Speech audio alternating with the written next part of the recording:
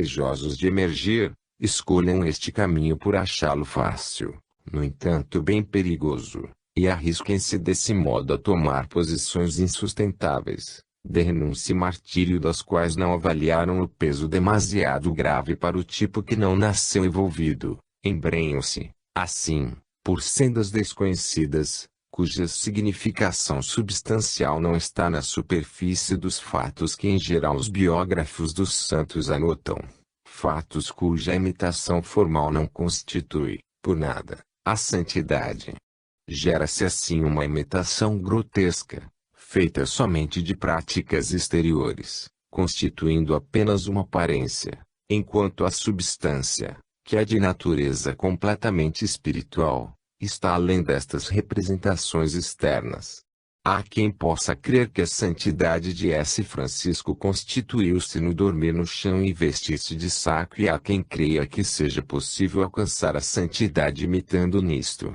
Mas a sua santidade consistia, não nessas últimas consequências, mas em sua causa primeira, ou seja no incêndio espiritual que ardia naquela grande alma e que se não alcança com imitações formalísticas. Dá-se, então, que quando os normais, desprovidos dessas qualidades de seção, pretendem, por outras razões, encaminhar-se por aquelas sendas, não possuindo a força para dominar as reações da vida, tanto mais fortes contra tão radicais negações da animalidade, acontece então que se vem a encontrar na necessidade de retroceder frente às dificuldades cujo alcance, com leviandade, não haviam medido então. Para os imitadores incautos, surge a necessidade de retroceder, e com isto, a queda das virtudes e o respectivo escândalo. Nesse manifesta-se o instinto de agressão do próximo que, ciumento da veneração que aqueles imitadores haviam conquistado, sente-se feliz de demoli-lo encontrando-os em falta e isto, naturalmente, por santo zelo, em nome da virtude. E é feliz com essa demolição tanto mais quanto fica desiludido no seu desejo de ver naqueles santos imitadores, sufocados pelas virtudes, já expulsos da luta em benefício do próprio espaço vital. Muitos atos humanos não são tão simples como podem parecer à primeira vista e, muitas vezes, resultam de um entrelaçamento de operações psicológicas com as quais se consegue o fenômeno da inversão.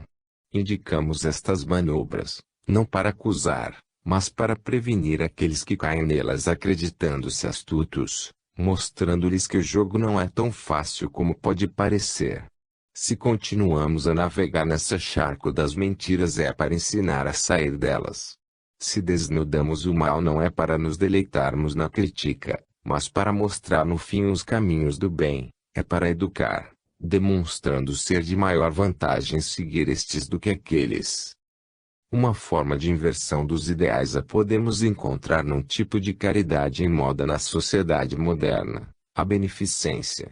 Em vez de dar de si mesmo, diretamente, em obras de sentimento, irmanando-se para ajudar, organizadores, repletos de santo altruísmo, com a ajuda da propaganda, dão-se à nobre indústria do recolhimento de fundos.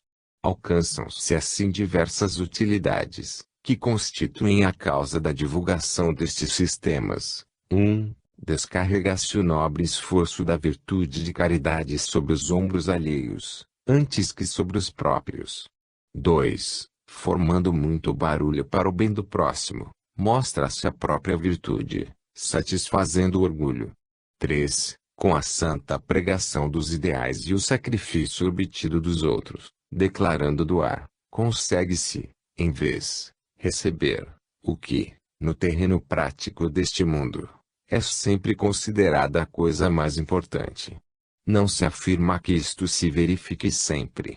Mas, dado o tipo do involuído que aprendemos a conhecer na sua verdadeira natureza, não serão estas as últimas consequências lógicas de todo o seu procedimento psicológico.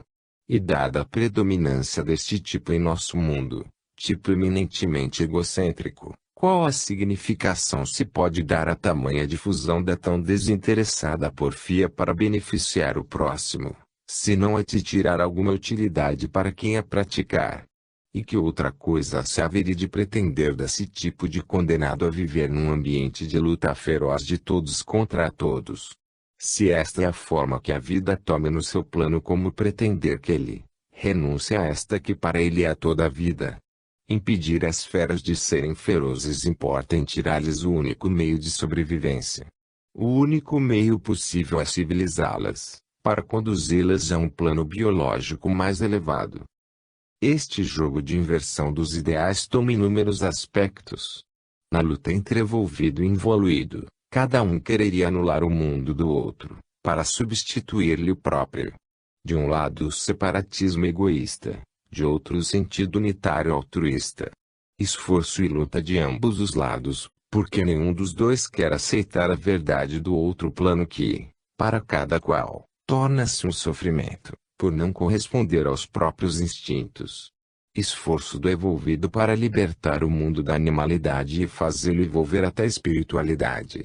Esforço do involuído para conseguir satisfazer seus interesses sob as aparências do ideal, isto é, para neutralizá-lo e torná-lo inócuo na prática, anulando a ação que procura paralisar as necessidades da vida no plano animal. Esforço de astúcias para parecer o que deveria ser, mas que não é esforço necessário para alcançar os fins que a lei do evolvido condena, mas que o evoluído acha fundamentais para sua existência. Para ele o ideal é uma história inventada que ele sente não corresponder às medidas de sua vida. Ele não pode deixar que seu valor consista no deixar-se enganar, como lhe parece, pelos ideais, mas no de saber rebelar-se para defender-se do que lhe parece uma limitação. Usará, por isto, todos os seus recursos mentais neste sentido, alcançando, assim, a conquista daquela forma de inteligência inferior que é tudo aquilo que o seu plano de vida pode produzir. Luta, pois, em todo lugar e sempre luta. Luta entre evoluídos para sobrepujar-se, luta entre luz e trevas, entre futuro e passado, entre evolvido e involuído, entre planos de evolução e os biótipos que os representam. Tudo na Terra existe em função da luta, a paz em função da guerra, o amor em função do ódio. A fraternidade nasce, e é mantida compacta acima de tudo, quando a união é imposta por um inimigo comum contra o qual há o interesse de lutar. Os conceitos de universalidade e imparcialidade representam uma descentralização do egocentrismo que, na sua luta, pode resultar antivital transplantando-os do seu plano, que é o do evolvido, para aquele do involuído. Estes conceitos são rejeitados, ou contorcidos e invertidos para adaptá-los a um ambiente onde tudo é diferente.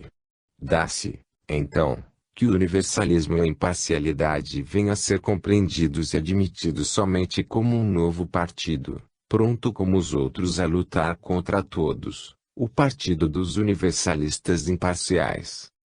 Assim é que o amor para com o próximo, na Terra, prefere nascer em função da luta, e isto é limitado ao grupo onde se encontra o interesse próprio contra todos os outros. Trata-se de um amor restrito, que deve ser, antes de mais nada, útil a cada um dos componentes do grupo, o que significa contra os de fora, os da parte contrária. Isto tudo não representa acusações, mas a lógica é consequência dos princípios de egocentrismo separatista e, pois, de luta, vigentes no plano do involuído. Amor, somente para o próprio semelhante, isto é, aquele que se encontra nas nossas próprias condições e, portanto, tem interesse em ser nosso aliado na luta contra todos os outros que se encontram em outras condições de vida. Amor que esconde o ódio, paz que oculta a guerra. O amor da própria família implica a necessidade de defendê-la contra todas as outras famílias. O amor da pátria presume o dever de fazer a guerra contra as outras nações. Os simples acreditam na existência de uma única moral, a proclamada oficialmente, e que a sua não observância importa em culpa. Mas por que, então, o homem deveria preferir a culpa? Ninguém é mau sem razão, tão só pelo gosto de sê-lo. Se o homem escolhe este caminho, dado o fato de que é guiado por um princípio utilitário, quer dizer que nisto encontra uma vantagem. torna-se esta vantagem ilusória por ser apenas imediata. Dela, depois, derivará um dano. Mas para ele, que não sabe enxergar mais longe, não há melhor maneira de criar a própria utilidade. Por se proferir condenações significa permanecer na psicologia da luta, isto é dar prova de pertencer ao plano do involuído, cujos métodos continuaria a usar. Deste modo seria satisfeito um instinto, mas não se resolveria o problema. Não há cura para os doentes com os cárceres ou inferno. Isto possibilita cumprir funções defensivas de uma casta ou de determinados princípios, mas deixa-nos permanecer no campo da luta. E não obstante todas as ameaças do inferno, suas portas permanecem escancaradas, com entrada contínua. A complicação do problema está em que, na Terra, não há uma lei única e uma moral só, mas leis e morais de planos de vida diferentes, cada qual invocando seus direitos e exigências imprescindíveis. A guerra também neste sentido, a guerra de Cristo contra o mundo. E não se pode satisfazer uma lei sem violar a outra. O homem está entre dois fogos, impelido pelos ideais a sacrificar-se para subir, mas, ao mesmo tempo, retido pelas necessidades férreas da sua vida material, em que é preciso tudo calcular, uma vez que não há margem para o que não produz uma utilidade imediata. Assim é que tem explicação as tão lamentadas adaptações que, porquanto exerçam o papel de freios da evolução e embora escandalizem como contorções dos ideais, se existem, isto quer dizer que há uma sua razão, uma vez que na sabedoria da vida nada há existente sem finalidade. Quem procura antes de mais nada compreender, não pode condenar. Se lhe é possível, em vez disto, chorar sobre tanta miséria humana, devido ao atraso no grau de evolução em que o mundo ainda se encontra. Mas a compreensão do ambiente em que nos encontramos, torna-se necessária para poder sair do charco. Calar representaria um convite para permanecermos na ilusão. Enxergar o caminho é o primeiro ato necessário para percorrê-lo. É preciso armar o involuído com o conhecimento necessário para subir a um plano de vida superior. O Evangelho não diz apenas sede simples como as pombas, mas acrescenta, astutos como as serpentes. Isto quer dizer, puros e honestos como os envolvidos, mas ainda conhecedores de todas as velhacarias humanas para não ser suas vítimas. A fé de olhos escancarados é muito mais sólida do que a de olhos fechados. Deus não nos quer quais nécios credulões, mas crentes iluminados. Para praticar o bem é preciso conhecer também o jogo do mal. Trata-se de guerra e em toda a guerra é necessário saber como funcionam as armas do inimigo e ensinar aos próprios soldados a usar as próprias. Assim é que demonstraremos neste volume que as armas do envolvido evangélico são mais poderosas, tomam-no assim o mais forte, apto, como Cristo disse de si, a vencer o mundo. Isto é quanto, pelos meios da razão, procuramos fazer compreender o tipo corrente do plano humano, a fim de que este, depois de haver compreendido a grande vantagem que representa o subir a um plano de vida superior, decida-se, no próprio interesse, a efetuar, para evolver, um esforço do qual será, depois, largamente compensado. Continua a luta que abarca também as relações entre o legislador e os seus súditos. O primeiro parte do princípio de que o homem é um evoluído cujos instintos inferiores é preciso domar. Os pontos de referência terrenos da ética humana são a animalidade e os instintos egocêntricos de revolta. O pressuposto natural do moralista é que o homem é um pecador a ser corrigido. Cristo não veio à Terra para redimir a humanidade? Esta era, então, uma pecadora, carregada de culpas, mas por quê? Não é possível dar a isto outra explicação razoável, senão a de involução. A finalidade do legislador de normas éticas deve ser, pois, o de fazer emergir do estado de involução, isto é, o de guiar o homem ao longo do caminho da evolução, com uma ética progressiva, adaptada ao grau de desenvolvimento que paulatinamente vai alcançando. O Novo Testamento, que reforma o Velho sem destruí-lo, mas levando-o para frente, confirma este conceito. Exatamente para fazer evoluir é que o legislador se dirige, em primeiro lugar, a combater a animalidade.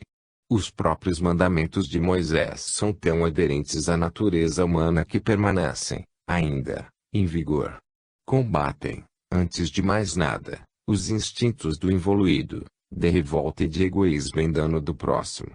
Os pais ensinam a seus filhos a não se rebelarem contra Deus, não matar, não cometer adultério, não furtar, não mentir, não desejar as coisas ou a mulher alheia. Antes de mais nada, não fazer aquilo a que o instinto espontaneamente conduz. E este instinto a que leva? A rebelar-se contra todos, a matar, a trair, a furtar, a mentir, a tomar as coisas e a mulher alheia. Como é claro, os pontos de referência estão no plano do involuído, são suas próprias qualidades definidas pelo próprio Moisés, as da animalidade. O discurso é dirigido ao involuído, com a linguagem dele, a que pode compreender porque é sua, e não se dirige ao envolvido possuidor de outras qualidades. Os mandamentos não dizem, faça o que faz o envolvido e seja como ele. O involuído não o poderia compreender, eis que lhe faltam os pontos de referência no plano do envolvido. Assim é que Moisés não podia dizer seja envolvido, porque ninguém o teria compreendido. Mas teve de dizer, não seja involuído, uma vez que o seu povo não conhecia outro tipo, senão este que constituía ele próprio. E se os mandamentos permanecem ainda os mesmos, quer dizer que os povos permaneceram mais ou menos os mesmos e que o quadro que Moisés nos oferece do involuído, permanece ainda plenamente fiel. Todo mandamento quer corrigir e, por isto, nos diz o que está escrito na natureza do involuído. Descrição melhor não poderia ser feita num documento de maior valor. Assim é que legisladores e moralistas tiveram que erguer-se antes de mais nada contra o instinto humano de revolta e ordenar, não faça. E o faça corresponde ao comando dirigido a um rebelde para que faça o que ele não quer fazer. Esta cor policial de uma ética armada de sanções, indica claramente tratar-se de um mundo de involuídos. Naturalmente isto será percebido somente por quem observa com o olhar do envolvido, porque o involuído está tão certo que a sua natureza e as respectivas sanções estão assim estabelecidas, que não pode sequer pensar seja possível diversamente. Assim, em nosso mundo tudo é lógico e proporcionado. De um lado o involuído rebelde, com os seus instintos, pronto a não se deixar dobrar por ninguém. De outro a lei moral bem munida com suas sanções, por saber que se dirige a um rebelde, cuja resistência é calculada e prevista e em cujas reações foram exatamente formuladas as normas. Luta também entre legislador e povo. Tudo qual lógica consequência dos princípios que regem o plano de vida do involuído. Os dois impulsos contrários presumem-se reciprocamente e equilibram-se. A dosagem de impulso evolutivo emitido naquele grau de desenvolvimento está proporcionada às capacidades receptivas e de assimilação do tipo biológico ao qual aquele impulso é dirigido. A veste da lei com a qual o legislador cobre o seu povo deve ser feita sob medida, e, quando a lei tem que disciplinar instintos primitivos e ferozes, deve adaptar-se ao material humano de que deve tratar. Explicamos-nos desse modo como a própria Bíblia, abertamente declara com ingenuidade plena, como coisa justa diante de Deus, sem qualquer sentido de vergonha ou de terror, qual sentida hoje diante de fato semelhante, que Moisés, em nome de Deus, descendo do monte Sinai, fez trucidar 3.000 homens. Aquela era a psicologia dos tempos dos quais todos eram parte, legislador e povo. Agir daquele modo, que hoje produz escândalo, representava o único raciocínio verdadeiramente convincente por basear-se na força, único valor que incutia respeito, e no dano pessoal, que era aquilo a que mais se era sensível. Método que, numa sociedade civil, produz efeito contrário, mas que, naqueles tempos e condições, era necessário e, em proporção ao grau de evolução alcançado, era também justo. Tudo é relativo ao próprio plano de vida. Deixaremos de nos escandalizar quando pensarmos que, naquele plano, onde tudo é luta, se o legislador se torna débil, os involuídos que ele deve guiar e que obedecem somente à força, estão prontos a rebelar-se e ele cuidá-lo. Assim funciona a vida naquele plano. O legislador é um ser superior que aparece excepcionalmente e que, depois, desaparece. Ao seu impulso heróico sucede então o trabalho da ordinária administração, confiado aos tipos comuns que, com maior ou menor diligência, procurarão executar as normas regulamentares. Desaparecido o iniciador, permanecem os discípulos, seguidores e ministros que dirigem em seu nome, os executores que manejam a lei, submergidos no próprio plano até a garganta. A competição geral tende a nivelar todos à altura evolutiva da lei de seu plano biológico, que não é o do iniciador. Assim o seu trabalho é submetido a um processo de degradação, que porém, é condição da assimilação alheia, processo que exige, em certo momento, que desça outro iniciador para reconstruir um edifício novo no lugar do outro, envelhecido e ameaçando ruína, e assim seguindo, quando também este se tiver tornado velho e ameaçar ruir. Neste processo, os administradores, não obstante tudo, cumprem a função de avizinhar o ideal ao homem, humanizando um alimento que de outra forma não seria digerido, trazendo a lei de um plano mais elevado para um plano mais baixo. Cumprem eles, também, a função de defender e conservar. Mas toda medalha tem o seu reverso. Isto quer dizer, também cristalizar, significa adaptar e transformar os princípios conforme os próprios instintos e as necessidades do próprio plano biológico. Os ministros são homens da mesma natureza dos outros, algumas vezes impelidos pelo mesmo desejo de evasão. Isto tende a fazer prevalecer no fim do desejo dominante de toda a massa dos dirigentes e dirigidos, desejo instintivo e inconsciente, de se porem de acordo nas acomodações que, aliviando o peso dos ideais, constituem o supracitado processo de degradação, que, depois, torna necessária a intervenção direta de outro iniciador para injetar nas veias da humanidade nova dose de ideais, fornecendo, assim, ao mundo, um novo impulso de superação ao longo do caminho da evolução. Há duas maneiras de responder ao apelo do ideal: o de aceitá-lo, submetendo-se aos respectivos sacrifícios que ele impõe, ou o de aguçar as defesas da animalidade para evadir-se das suas limitações e sobreviver. No primeiro caso, o ser usa suas energias no investimento a longo prazo e, no seu cálculo utilitário, de ampla previsão, põe-se a cumprir o esforço fatigante e evolver, sacrificando, para esse fim, a sua animalidade. No segundo caso, o ser usa suas energias para reduzir a virulência do assalto dos ideais contra a sua vida feita de animalidade, para defender-se das limitações que a disciplina impõe. Este segundo fim pode ser alcançado por duas vias, ou com a força ou com a astúcia. Poucos são os que dispõem da força, por tratar-se de possuir a inteligência suficiente para construir-se uma moral própria que tem o valor e o poder de pôr-se contra a corrente geral, desafiando-a e vencendo-a. É preciso, pois, ter também a coragem de cumprir esse desafio e a força para alcançar esta vitória contra todos. É por isso, mais fácil recorrer aos meios oblíquos da mentira, meios de menos fatigante atuação por estarem lubrificados na superfície e que, por isto, não produzem aquela reação imediata e inevitável como quando se transmite um choque. Eis-nos no terreno das acomodações. Este é o método mais difundido de evasão, por ser aquele que está situado na linha do mínimo esforço, que é mesmo uma das leis da vida, a qual escolhe a via da menor resistência. Olhemos corajosamente de frente os problemas.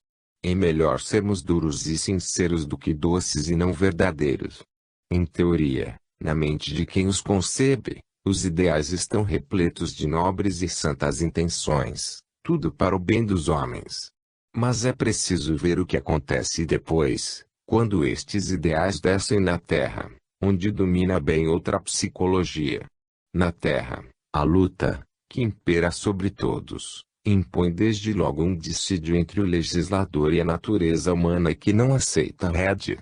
No dissídio o mais forte vence. Mas, dado que o legislador é um forte de seção, e a maioria é fraca, esta não enfrenta constituindo-se uma outra moral, de que não possui a coragem, porque seria a da animalidade, mas procura enganar o legislador dando-se ao trabalho da evasão por vias oblíquas. Esta é uma das ocupações das massas que não possuem a força nem a coragem de rebelar-se para conseguir libertar-se da disciplina. Esta é a maneira de interpretar os ideais que descem na Terra, quando estes são vistos com o olhar bem diverso da animalidade. Isto pode chegar ao ponto de citar uma espécie de ciúme contra os mais astutos, que melhor conseguiram evadir e que disto gozam as vantagens, ciúme que os menos astutos, que permaneceram atrás, renunciadores forçados, procuram expandir contra quem pratique qualquer mínima contravenção à lei, pondo em evidência qualquer seu defeito, para amarrar todos àquela disciplina que pesa tanto que, por isto, trará satisfação quando todos a suportem. Quantas vezes a justiça humana de caráter público não é posta em movimento somente por finalidades particulares, sem o que não se movimentaria. Santifica-se assim o instinto da agressividade, tão natural no plano do evoluído, onde reina o regime de luta. Este é o instinto que não explica as guerras santas, a Santa Inquisição, e outros casos em que se procura santificar o que nada mais é senão a comum luta pela vida. Fazer a própria luta, que todos deveriam fazer a descoberto, fazê-la protegida pelos ideais, pela justiça, em nome de Deus, representa uma defesa e um apoio. E porque a vida, no plano animal, onde não existe senão um rudimento de moral, haveria de renunciar a uma própria vantagem. A vida é utilitária, e utiliza-se de tudo para alcançar o seu primeiro objetivo, que é viver. Por isto, quando incomodam, rebela-se contra os ideais, desafoga-se contra os evasores que escapam aos seus pesos, irrita-se contra os zelosos que quereriam impor-lhe, com o seu exemplo, o esforço da imitação, permanece indiferente para com os virtuosos que tomam sobre si o peso sem incomodá-la na sua animalidade e, quando se encontra com um ser superior, o toma por bandeira do seu próprio grupo, o exalta nos altares e monumentos, porque, também com isto, a vida pode tirar a sua utilidade. Uma ética biológica completa deveria ter em conta todos esses jogos de ilusões psicológicas. A difícil escada dos ideais pode ser galgada solidamente, tão só se tivermos conta da estrutura e dos justos direitos da vida.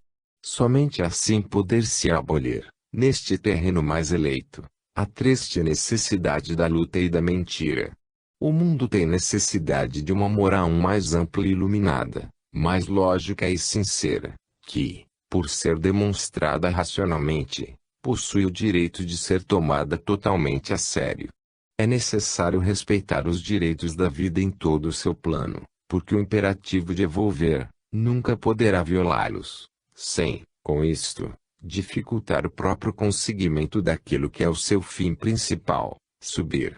É preciso compreender a significação de todas as forças que agem na vida, para chegar a uma moral sem ilusões, aderente à realidade, honestamente utilitária e por isso não redutível à mentira. É necessário alcançar uma moral biológica, racional, científica, que não possa ser invertida, que tenha base não em sanções penais, mas na compreensão e convicção, que não asfixie, mas que, em vez de obrigá-la a rebelar-se, encoraje a vida a subir. É necessário uma moral que seja de todos e não somente para os vencedores e a sua vantagem, uma moral que não renega a vida para os vencidos, deixando-a somente aos que tiverem a força de rebelar-se. Uma moral boa, que ajude, oriente, Explique e guie com inteligência e não por meio de condenações, uma moral amiga que não constitui uma forma de luta, mas faça superar todas e para sempre.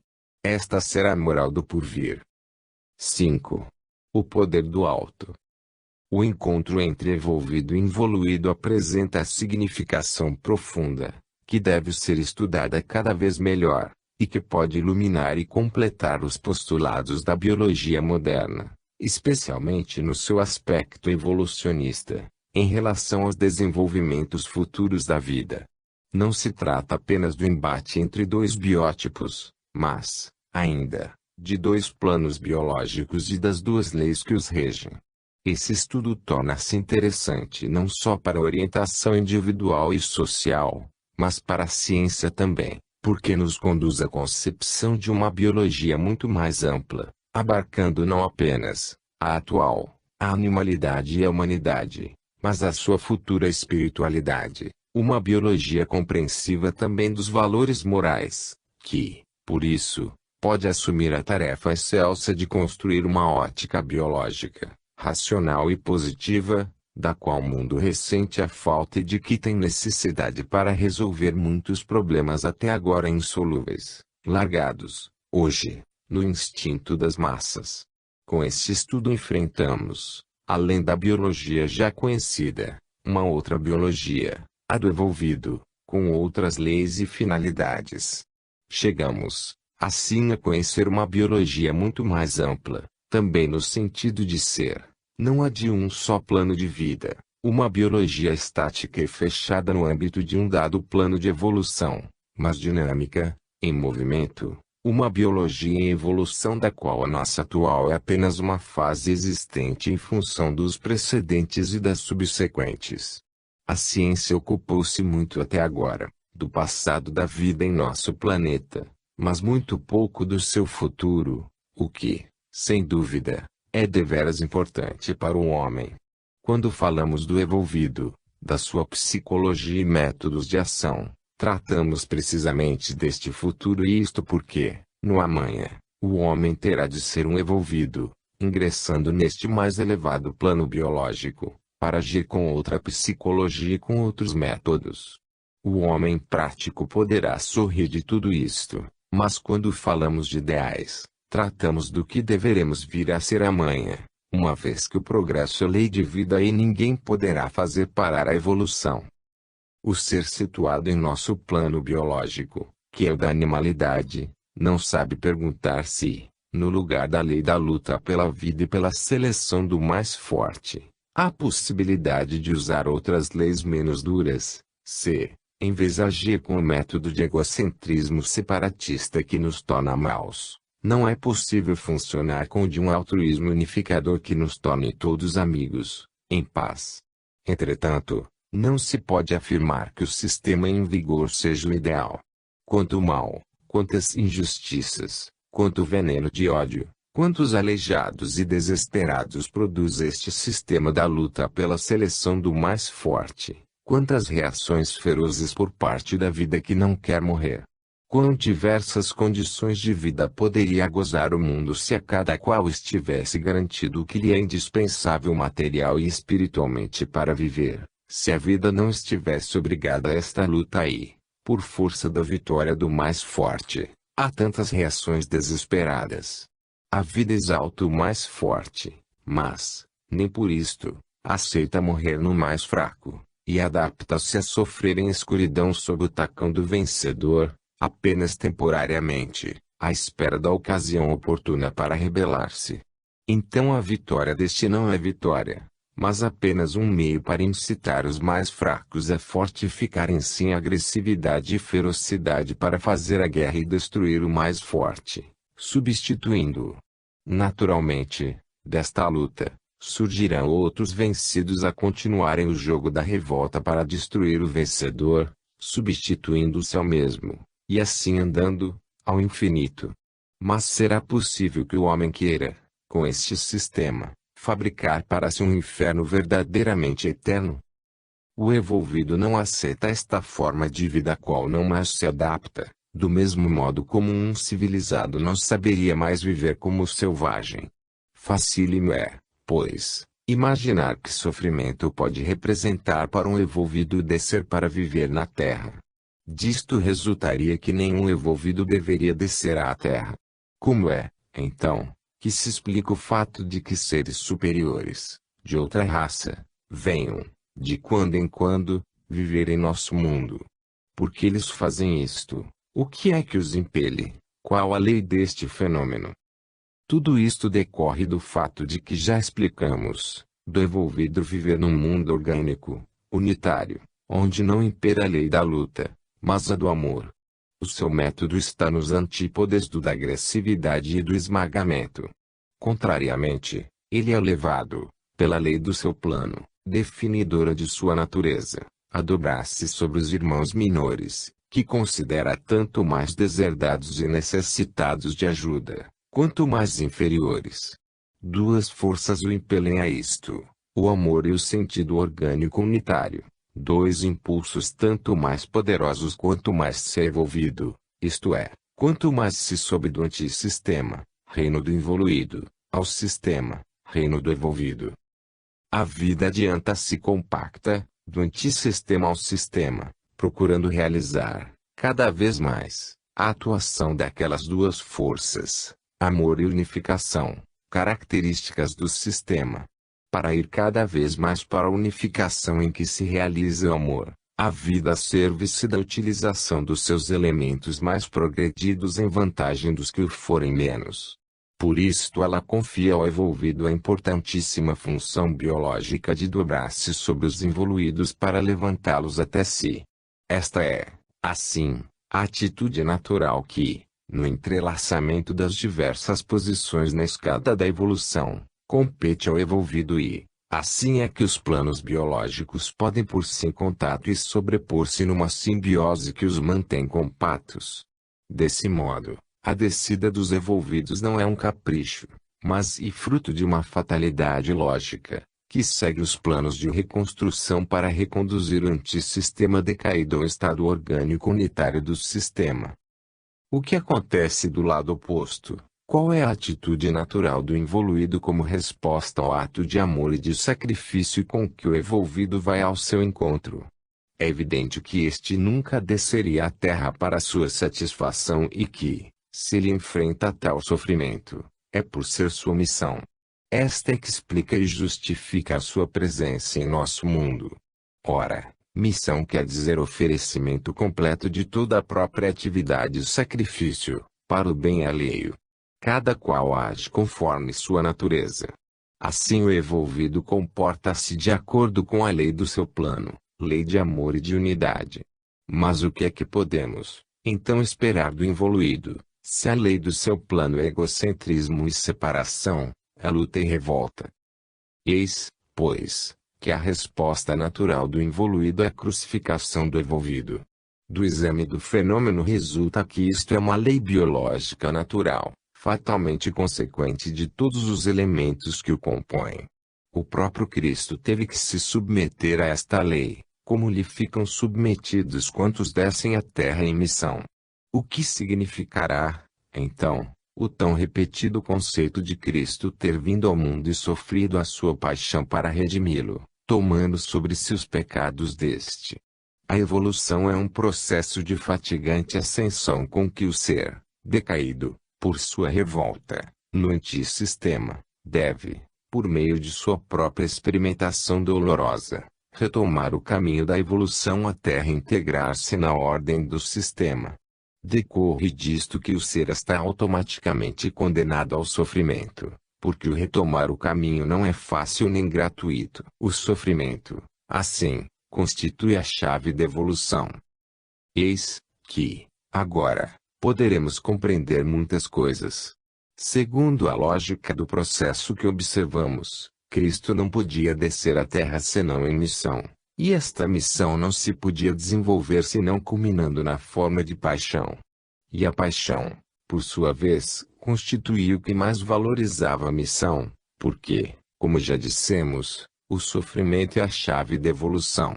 Assim é que se realizava a missão, cuja finalidade não podia deixar de ser senão a de melhorar o mundo, ou, em outras palavras, fazê-lo evolver. Cristo, pois, quis ser um pioneiro neste duro caminho da dor, porque sendo este um meio de evolução, também é meio de redenção. O cristianismo não o explica, mas torna-se evidente que a redenção não se pode realizar, no seio da mais ampla biologia que explicamos, senão por meio da evolução. E qual a significação de haver Cristo, para redimir o mundo, tomado sobre si os seus pecados? Quer dizer que ele, inocente, aceitou a dor necessária para evolver, dor que não pertencia a ele, que não era um decaído, uma vez que ele nada devia pagar porque nunca se havia rebelado contra a ordem. Ele que não havia descido na evolução, não devia redimir a si mesmo e por isso, não estava sujeito à pena da evolução. Todavia ele sofreu. Entretanto o sofrimento é necessário para redimir-se e, se ele nada tinha do que se redimir, eis que seu sofrimento não podia ser senão para a redenção dos outros. Eis em que sentido Cristo tomou sobre si os pecados do mundo, isto é, Cristo sofreu ao fim de se realizar a evolução alheia, pondo-se à testa dos outros neste duro caminho, com o exemplo e o ensinamento, tomando sobre si o nosso fardo de dor não seu, levando ele por primeiro, com o fim de ser seguido pelos outros. Depois, por aquela psicologia das acomodações de que já falamos, pela preguiça do mundo, achou-se mais cômodo acreditar que Cristo houvesse tomado sobre si os nossos pecados para pagá-los em nosso lugar. Isto, entretanto, lesaria a justiça da lei de Deus e estaria em contradição com as leis da vida. Seguindo o exemplo e o sacrifício de Cristo, descido entre nós para nos ajudar, mas não para nos substituir, uma vez que o amor não pode chegar até a injustiça, seguindo teremos de enfrentar a nossa paixão. Eis que sem sacrifício não há evolução e sem evolução não há redenção. Para ser nossa evolução, há de haver uma paixão nossa. Eis, pois, em conclusão, como se desenvolve a mecânica do fenômeno da descida do evolvido, ultimando com a crucificação. Esta é a consequência natural do encontro entre as leis de dois planos diversos. Conforme o sistema vigente no seu nível, o evolvido desce com espírito de unificação e de amor, para colaborar e, naturalmente, transportar na sua ação esta sua psicologia e métodos, agindo em plena conformidade com estes. O involuído, por sua vez, não poderá deixar de recebê-lo, senão comportando-se conforme ele é, isto é, com a sua psicologia e métodos respectivas. Estes são os da luta e da agressão, manifestados desde logo, uma vez que o involuído conforme o seu sistema, exige, em primeiro lugar de qualquer um que entre no seu plano, a prova do seu valor, de conformidade com a sua tábua de valores, isto é, no terreno da luta para o ataque e a defesa. O que pediram a Cristo os seus crucificadores, senão que ele desse uma prova de força salvando a si mesmo. Quem não oferece esta prova, de nada vale, e merece ser destruído. Eis o choque. O recém-chegado é um intruso e, para ter direito de viver no plano a que desceu, deve provar saber viver conforme as leis deste. O involuído está em sua casa, numa casa feita para ele, em que se acha bem ambientado, e sente-se com força e direito de expulsar os estranhos se estes não obedecem aos usos vigentes naquela casa, talvez primitiva, mas da qual acha-se dono. O envolvido, lá dentro, não tem razão, e se não souber adaptar-se e obedecer, deve voltar para sua casa. Isto é, de fato, o que involuído procura fazer desde logo, desembaraçando-se dele, liquidando-o. O que deve acontecer nessas condições, quando a natureza do envolvido é ao contrário, a da bondade e do amor, é fácil prever, por ser uma consequência fatal dos elementos do fenômeno. A conclusão, pois, e a liquidação do envolvido que com o seu sacrifício paga a sua imperdoável culpa de querer amar os inferiores. Falamos de Cristo e de redenção. Eis como, também os maiores fenômenos religiosos, podem ser explicados e enquadrados no seio de uma mais ampla ciência da vida, numa biologia que abarque também o seu vir a ser evolutivo. Chegados a este ponto, tudo parece resolvido, mas o drama acabou somente nas aparências, continuando na substância. Não é possível, com a liquidação material, fazer parar o desenvolvimento de todas as forças postas em jogo como partes do fenômeno. O mártir morre. Mas, das duas leis, qual é a mais poderosa e qual delas pertence à vitória final? O homem poderá liquidar materialmente o evolvido, destruindo seu corpo físico, mas com isto, não é possível anular a lei de um plano de vida e o poder que o faz funcionar. Em sua ignorância, o evoluído pode acreditar que se trata de encontro de homens, uma vez que não sabe enxergar além da forma exterior. Mas, aqui, trata-se de embate de ideias, e as ideias não podem ser mortas. Aqui acha-se empenhada a lei que rege o universo na sua evolução e a nenhum ser é dado sequer abalá-la. As duas leis estão face a face. Sobrevivem elas, indestrutíveis, aos episódios em que se manifestaram. De um lado a lei da força, de outro, a lei do amor. Qual das duas é mais poderosa, a da força ou a do amor? Trata-se de uma luta, não entre os indivíduos do mesmo plano para sobrepujarem-se usando a mesma estratégia e permanecendo no mesmo sistema, mas entre indivíduos de planos diversos para combinarem-se, usando estratégias diferentes, filhas de sistemas diversos. É uma luta, de um lado, de seres que odeiam para destruir, com seres que, do outro lado, amam para criar. O abraço, em que não podem deixar de se estreitarem todos os lutadores, é de rivalidade exclusiva de um lado, de amor fraterno do outro.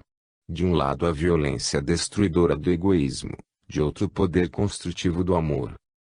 Atrás da luta dos seres que o representam, há uma luta de princípios que o sustentam.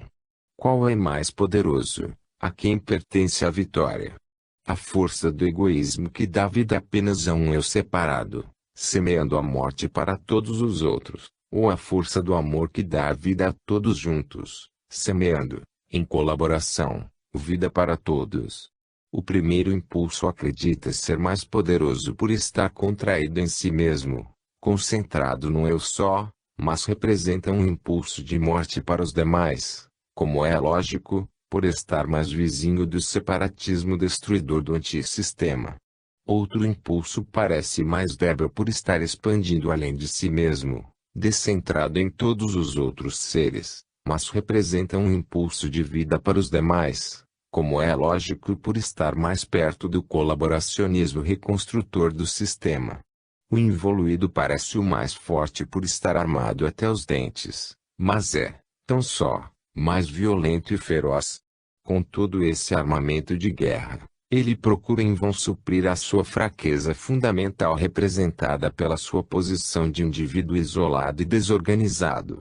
O evolvido parece mais fraco, por estar individualmente desarmado, mas a sua força é muito maior que a de um ser que está sozinho e consiste no fato de não estar ele nem isolado, nem desorganizado.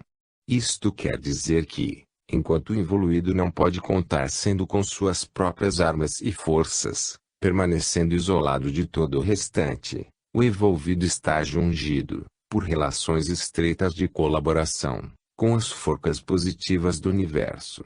Estas são as que provêm de Deus, as que querem a vida, o triunfo de todos, integrados na ordem do sistema. O evolvido está deste lado e isto constitui a sua força maior, porque com isto está ao lado da vida e de Deus. O involuído, ao contrário, está ao lado do antissistema, e isto constitui a sua maior fraqueza, porque isto significa estar do lado da negação da vida e de Deus, isto é da morte das forças negativas da destruição. O embate entre involuído e evolvido não é somente encontro de dois tipos biológicos e de dois planos de vida, mas tem uma profunda significação cósmica. Atrás deste encontro, que não é senão um episódio, está a maior batalha do universo, constituída pelo enfrentar-se do sistema com o antissistema, encontro apocalíptico, em que todo o sistema, Em que está Deus e a parte incorrupta da criação, empenhar-se a fundo para a redenção do antissistema em que se precipitou toda a parte rebelde caída em ruína.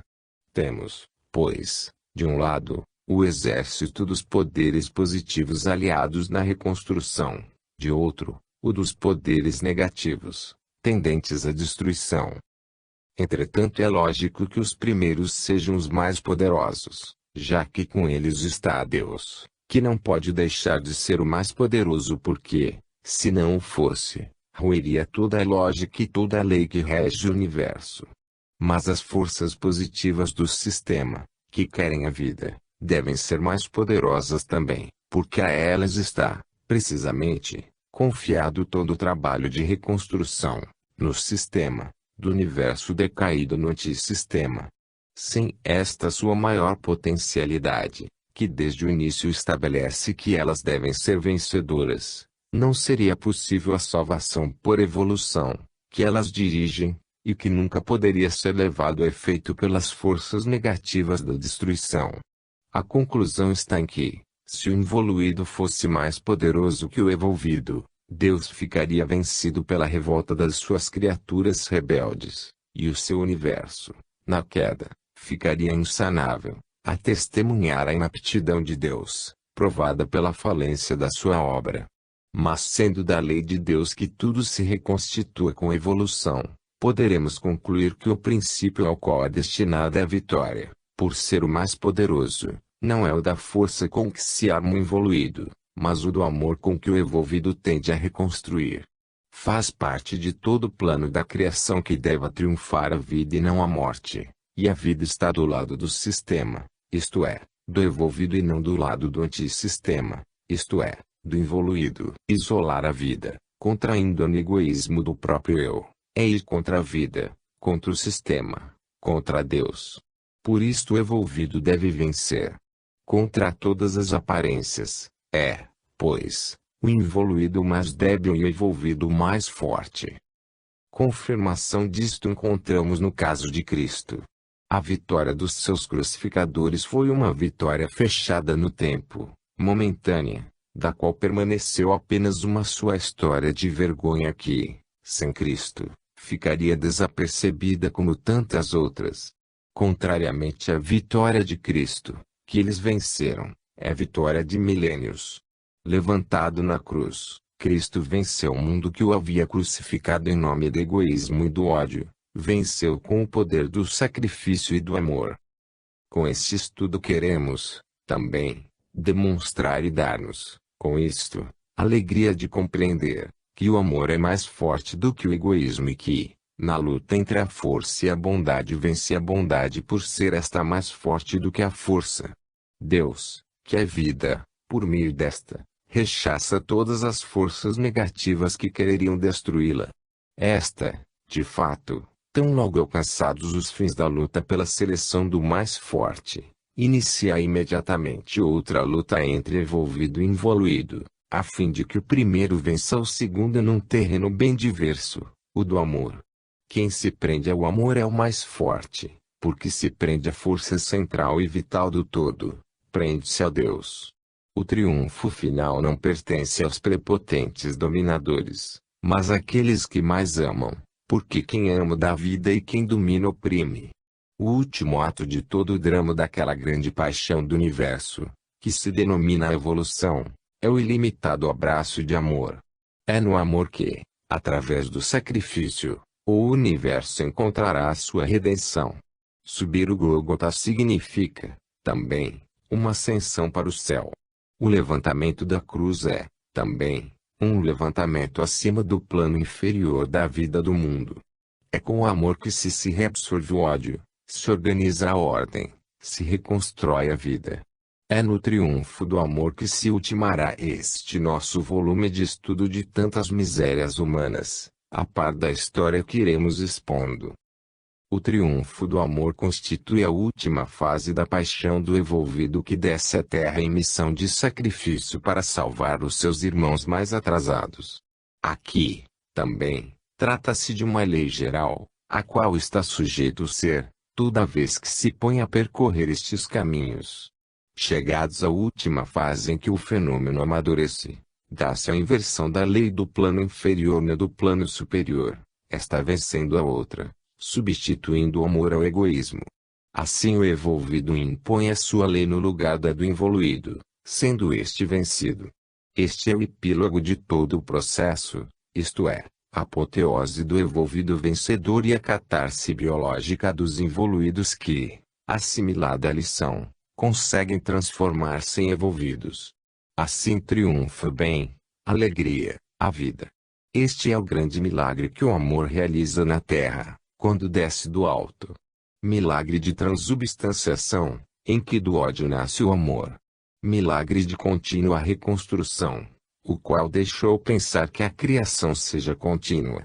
Tal criação, aparentemente contínua, é devida a este processo contínuo de reconstrução pelo qual as forças positivas do sistema só terão descanso quando houverem reabsorvido e corrigido, com a redenção, todas as forças negativas do antissistema. Assim é que a contínua presença de Deus, também no antissistema, continuamente corrige-o, redime-o, salva-o, até sará-lo e, deste modo, reabraçá-lo depois de havê-lo reconduzido todo ao seu seio. Eis o grande liame de amor que une entre eles os diversos planos da evolução. Eis como, por este liame, para efetuar a salvação dos mais atrasados e elevá-los ao alto, o evolvido desce ao plano inferior ao involuído. Eis o destino dos mais adiantados, de sacrifício por amor, destino escrito na lei de Deus, que quer a salvação de todos. Eis como, por meio do amor, realiza-se o milagre da redenção do mundo. Observamos todas as fases da batalha, a condição deplorável dos involuídos e a sua lei de egoísmo e de luta, depois a lei de amor que impera nos planos mais elevados, em cuja obediência o envolvido deve descer à terra, em missão para ajudar e, finalmente, a resposta à tremenda dos involuídos, crucificação. Liquidação material do envolvido. Ele morreu, mas, nem por isto a sua lei extinguiu-se. É ela a lei de amor e de vida, a própria lei de Deus que rege o universo, e, como tal, não pode deixar de ser a mais forte de vencer a grande batalha. Assim é que, no fim, o envolvido, com amor, vence sem outras armas o armadíssimo involuído e conduz, do plano da luta e da força, ao da união e do amor. Eis como se desenvolve todo o processo com que se reduz a grande fratura do universo decaído. Eis a forma com que o sistema se redobra sobre o antissistema para redimi-lo da queda e reconduzi-lo ao estado perfeito originário de sistema. Eis como realiza-se, através da dor e do amor, aquele tremendo esforço da subida, que se chama evolução. Amor e dor. Amor é a lei de Deus, com que, na origem, estava feita a criação.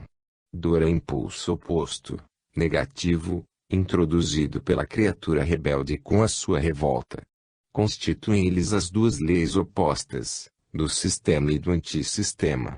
São seus símbolos as duas traves que formam a cruz, a horizontal, estática, negativa em face da ascensão, feita para apoiar-se, representando a dor, lei do antissistema, a vertical, dinâmica, positiva como a ascensão, feita para subir em direção ao céu, representando o amor, lei do sistema.